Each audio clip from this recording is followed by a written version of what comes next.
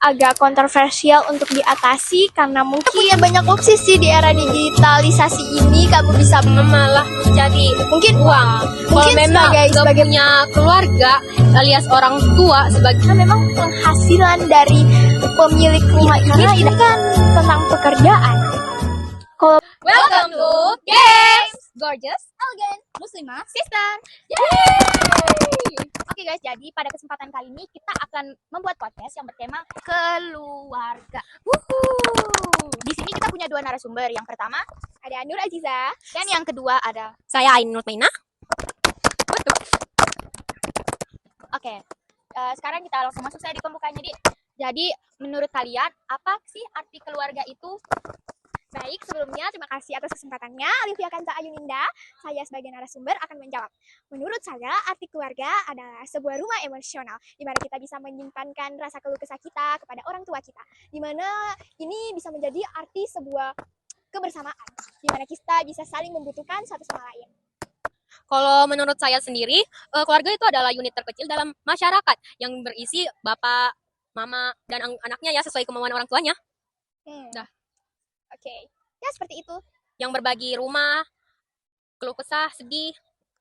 Dan kalau menurut saya sendiri, dalam kita nih sebagai anak, harus punya keluarga. Loh, mengapa? Karena semisalnya kita nggak punya keluarga, alias orang tua, kan kita ini anak ya, itu kita nggak tahu dari mana kita mau belajar. Kan ya, dari mana kita menopang hidup kita. Ya, seperti itu. Jadi ini jawabannya Nur Aziza sama Ainin itu bagus sekali guys. Karena sangat-sangat konteks dan opininya mereka sendiri begitu ya. Jadi, siapa tahu kita mau bertanya lagi. Menurutmu itu apa masalah yang sering muncul dalam keluarga pada umumnya? Pertama, izinkan saya menjawab lagi. Menurut saya, banyaknya kasus perceraian yang terjadi di kalangan masyarakat ini disebabkan karena ekonomi. Bukan dari saya sendiri, tapi biasanya banyak sekali terjadi di masyarakat sekitar. Antara jika ingin membayar token listrik misalnya, pria yang menopangnya itu atau kepala keluarganya mungkin tidak memiliki penghasilan yang mencakup untuk membayar semua tagihan-tagihan yang ada di rumahnya. Karena memang penghasilan dari pemilik rumah ini tidak mencakup untuk membayar semua kendala yang ada di dalam rumah tersebut. Jadi menurut saya inilah masalah yang paling agak kontroversial untuk diatasi karena mungkin ada banyak hal untuk finansial ya. Untuk kita mengatasi ini karena ini kan tentang pekerjaan. Kalau pekerjaan itu harusnya kau cari yang lebih tinggi lagi. Ya, bergantungan dengan yang namanya passion, di mana ada tipikal bapak pekerja keras, ada tipikal kepala rumah tangga yang bermalas-malasan, atau misalnya suka mabuk, judi, tidak konsisten akan pekerjaannya. Jadi, ya. Kalau yang kayak begitu, titik agar masalah yang terselesaikan itu adalah dengan si kepala keluarganya ya, pencari uangnya ini harus bekerja keras sampai masalah finansialnya ini bisa teratasi ya. Dengan kerja, jangan sampai itu yang jadi kepala keluarga malas-malasan, karena kalau lu malas-malasan and then lu nggak dapat apa-apa alias yang namanya money ya, jadi ini bergantungan banget sama yang namanya pola pikir, dimana ada bapak-bapak yang berpikir bahwa kerja itu hanyalah sebatas kerja, namun ada juga bapak-bapak yang berpikir bahwa kerja itu adalah sebuah jembatan dimana jika kita jatuh mungkin tidak ada harapan yang tersisa, namun jika kita terus berusaha dan mengembangkan skill yang kita miliki, mungkin saja kita bisa lolos dari jembatan tersebut. Ya, saya setuju. Tapi kalau menurut saya, masalah-masalah ini tambahan ya. Ini masalah-masalah yang terjadi di keluarga itu bisa jadi juga kesibukan orang tuanya. Ini masalah emosional seorang anak. Terus kurangnya komunikasi dan juga berbedanya pendapat. Ini yang disebut inilah penyebab kenapa bisa juga terjadinya perceraian. Ya, biasanya juga masalah-masalah keluarga itu bertentangan dengan yang kamu bilang. Jika ada orang tua yang sibuk untuk menopang keluarganya, mungkin saja kurang waktu luang terhadap anaknya. Biasanya orang tuanya sibuk, anaknya sendirian.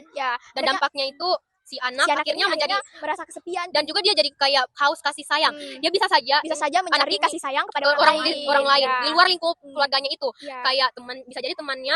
Terus ya bisa jadi juga seseorang yang dia sukai. Inilah akibat dari terjadinya pacaran. Dan semisalnya kalian tahu seperti istilah ngemis-ngemis kasih sayang. Nah, inilah gara-gara si orang tua ini. Makanya biasa terjadi yang namanya caper, cari perhatian. The next question. What is? Menurutnya kalian, apa hal sederhana yang bisa dilakukan dengan keluarga? Memasak bareng.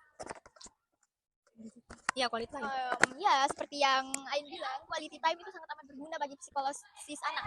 Ada ilmuwan yang bilang cara anak pintar public speaking itu ya dari orang tuanya sendiri. Betul. Jika orang tuanya sering mengajak ngobrol anaknya misalnya tentang apa saja, mungkin anaknya bisa dengan mudah menjelaskan karena orang tuanya memang terbuka akan anaknya. Jadi poin utamanya adalah jika kita lebih terbuka terhadap orang tua dan jika orang tua lebih terbuka terhadap anak, ini sangat amat dapat membantu anak untuk mempelajari skill-skill baru dan menghindari pergaulan bebas karena dia sudah mendapatkan kasih sayang. Kedua juga karena anak itu tempat pertamanya untuk belajar yaitu di keluarga, di unit keluarga ini. Karena semisal inilah kenapa dari tadi itu saya yang tadi saya bilang kalau semisalnya seorang anak ini tidak memiliki keluarga, ya bakal dia tidak susah untuk mencari jati dirinya. Lebih tepat ada keluarga di sekitarnya yang bisa lebih tepatnya tempat pertama dia belajar itu tidak ada. Dia ada support sistemnya. Betul. Gitu, ya. Jadi ya saya sangat mendukung opini yang bilang kalau misalnya anak itu harus memiliki keluarga yang cemara. Karena memang. Tapi gimana ya? Balik lagi cemara kan itu tergantung dari kondisi orang tua. Ya. Gimana anak-anak itu kan tidak punya kontrol. Betul. Itu. Tapi saranku buat anak-anak yang broken home tetap semangat. Ya. Kamu punya banyak opsi. Kamu punya banyak opsi. Contohnya kamu bisa curhat kalau memang ada teman kamu, ya kamu bisa luangkan waktu kamu atau curhatan kamu ke teman kamu. Mungkin atau orang-orang sekitar kamu, keluarga kamu, contoh kayak tante, bibi, atau kalau kamu punya saudara bisa kamu luapkan saja ke saudara. Karena pasti saudara juga saling menguatkan kan. Karena keluarga juga itu bisa jadi tidak harus biologis ya kan. Keluarga bisa jadi teman. Intinya orang-orang yang dekat dengan kamu yang bisa menjadi support systemmu. Ingat untuk broken home bahwa kamu itu tidak sendiri. Ada banyak atau ribuan orang yang juga broken home dan kamu bisa men-sharing cerita kamu bersama-sama bagaimana serunya persahabatan. Itu sangat seru guys. Next question. Kalau misalnya ada konflik nih di keluarganya kalian, biasanya apa cara yang akan kalian lakukan biar konflik itu cepat terselesaikan? Tergantung. Menurut saya ini sangat amat opsional, di mana kita harus memahami apa titik dari permasalahan ini. Jadi umpamanya jika keduanya memang sama-sama egois, kita tentu tidak mudah untuk memutuskan yang mana yang harus kita support atau yang mana yang harus kita bujuk. Kan orang tua ya, tentu saja ada dua, ayah dan ibu. Bagaimana jika keduanya egois, tentu itu beda lagi jalurnya. Dan menurut saya jika ada masalah yang mungkin tidak kita kontrol, maksudnya kita tidak punya kendali terhadap masalah tersebut, mungkin saja kita bisa mendiskusikan ini kepada saudara kita sendiri. Dan itu pun kalau kamu punya saudara. Iya, kalau kamu punya. Tapi kalau kamu anak tunggal, mungkin kan teman. Bisa teman, bisa juga AI. AI kan AI sekarang kan kayak sangat membantu. Kan? Sangat amat membantu. Dia punya berbagai macam solusi, termasuk solusi yang sangat amat urgent sekalipun. Oke.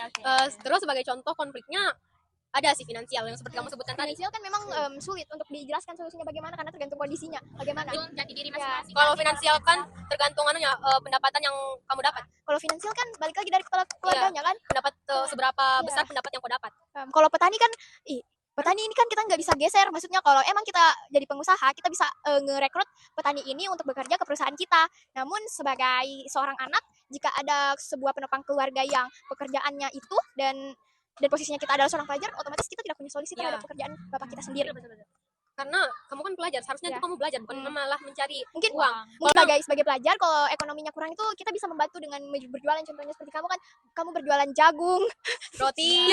Jagung, salut sekali dengan kamu ini. Itu sebenarnya tambah-tambah duit jajan tapi itu malah bagus loh. Kenapa? Karena semisalnya kamu tambah-tambah uang jajan kamu dan kamu malah kayak oke mas, stop, kasih aku uang jajan, simpan aja uang mama, aku udah bisa biayai jajan aku sendiri. Itu keren banget. Sebenarnya punya banyak opsi sih di era digitalisasi ini. Kamu bisa berjualan di sosial media, live. Berjualan itu juga tambah-tambah pengalaman. Yang penting kalau dalam berjualan itu kamu punya dana dulu lah. Menjadi konten creator. Dana, ide, marketing kamu. Marketing itu harus pasar kamu di mana? Padahal sebenarnya kan ada AI, di mana AI juga bisa memberikan kita solusi. Ini itu salah satu solusi. Misalnya ini AI itu sangat-sangat bermanfaat tahu, tapi itu bermanfaatnya kalau kamu menggunakannya dengan cerdik. Ibarat itu adalah alat. Semisalnya kamu ini kurang tahu tentang suatu hal, kamu bisa bertanya kepada AI dan dari situ juga kamu bisa tahu kalau begini-begininya, yang penting ingin tahu kamu besar lah pertanyaan kamu juga. Betul deh. Kan lagi pertanyaan selanjutnya sudah tidak ada miss sepertinya teman-teman. Saya mau ngasih kayak sedikit saran untuk anak-anak saudara yang broken home atau enggak ini edukasi buat orang tuanya atau yang mau jadi orang tua.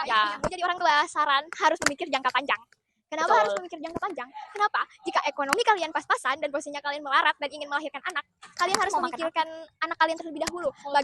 Bagaimana pendapat kalian tentang pendidikan anak tersebut nantinya jika dalam kondisi melarat atau miskin? Bagaimana kedepannya jika anak kalian ingin mendaftar taruna, tentara, di mana kan membutuhkan sebuah konsistensi dalam merawat diri. Ya, harus ada yang support dalam keuangan juga, karena ada yang namanya behel, di mana kita harus rapi, di mana kita Betul. ya, tentu. Kesehatan itu harus bugar ya. Bagaimana anak kalian bisa sehat jika yang kalian makan itu bisa fixin pakai nasi?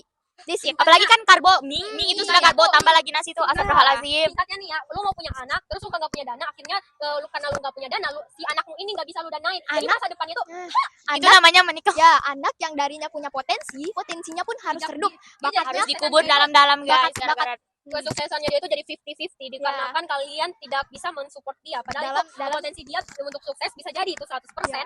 Tapi dikarenakan kalian yang tidak memiliki dana dan nekat punya anak. Ya, kata-kata hari ini jika ekonomi masih melarat jangan karena anak kalianlah korban. Sarankan pemerintah ini sudah memfasilitasi kita KB gratis, di mana itu pun kalau kalian nge-KB-in istri kalian bakal dapat uang dan juga makanan biasa dari posyandu, di mana ini adalah sistem pemerintah. Jadi tidak perlu lagi ada alasan di mana tidak perlulah KB. Kalau mau ya mau. Jadi Ya. anak tuh takutnya Karena kasihan gak sih balik lagi ke anaknya kalau dana berkecukupan, Terus itu kurang sebenarnya gizi. Sebenarnya itu balik lagi tahu di individu. Kalau individu kayak gimana? Kayak kita. Nah, semisalnya dari kita nih ya belajar. Semisalnya dari sini kita belajar, kita tidak mengambil ilmu yang berguna dari sekolah dan hanya cuma datang ke sekolah bawa buku lalala tapi nggak ada kita ambil apa-apa tuh ya. Nggak ada ilmu yang kita bisa ambil. Terus kita kayak begitu sampainya kita lulus dan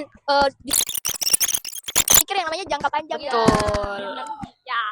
Memang guys, waktu harus kita memainkan yang namanya waktu Harus kita gunakan dengan gunakan baik, dengan bijak. sebaik mungkin. karena semisalnya lu nggak punya fondasi buat sukses, terus lu beriming-iming lu bakal sukses, ya nggak bakalan sukses. Apalagi kalau orang yang mau sukses bangunnya siang, udah sholat, astagfirullahaladzim. Astagfirullahaladzim. Ya, Karena dari situ kita bisa lihat ya, kalau misalnya dia ingin maju, pasti udah berusaha. jadi balik lagi ke keluarga. Jadi ya Itu kayak bisa orang hutan nggak sih? bisa jadi keluarga juga bisa menjadi contoh untuk anaknya berperilaku. Cuma inilah pentingnya lingkungan. Makanya kalau kalian lihat anak yang aura-auranya positif, terus dia cerita kalau ternyata keluarganya emang positif, ya kan udah kelihatan banget wajar nih kalau aura lu positif karena keluarga lu positif. Terus kalian lihat anak yang auranya negatif, terus dia cerita kalau memang di lingkungan keluarganya ya jelek gitu ya kan. Ya lu pasti udah wajar banget kenapa bisa nih si anak auranya gini. Tapi ada juga biasa kan ada orang anak-anaknya yang dia tuh kata follow seribu baik, tapi nanti itu dia tidak pendam, dia orang itu mendam. Jadi apa yang dirasakan di rumah, mungkin di luar itu udah berbeda. Itu jadi tidak terlalu terbuka sama keluarganya. Mungkin tuh itu ada penyebabnya di mana lingkungan rumah dan lingkungan pertemanan itu beda. Itu balik lagi ke keluarga. Tahu nggak kalau mungkin saja anaknya punya dua lingkungan, di mana lingkungan positif dan lingkungan negatif. Mungkin saja lingkungan rumahnya itu positif, orang tuanya mendukung, membimbing. Namun bagaimana jika dia sudah keluar? Tentu saja jika dia sudah mengobrol atau bersosial, ya keluarga yang membimbing anaknya baik, tapi anaknya malah bersosialisasi sama orang yang negatif, ya buruk. Tentu saja dia akan terikut. Ya, Jadi sebenarnya balik lagi ke anaknya. Ya betul. Karena misalnya kalau anaknya tetap mengikuti arus sosial yang buruk, ya dia otomatis keikut. Intinya di situ. Ya. Anak harus memotong arus tersebut. Dia harus Carilah pergaulan yang bagus. Men-cut off. Ya. Sekian dari kami. Assalamualaikum Assalamualaikum warahmatullahi wabarakatuh. Bye.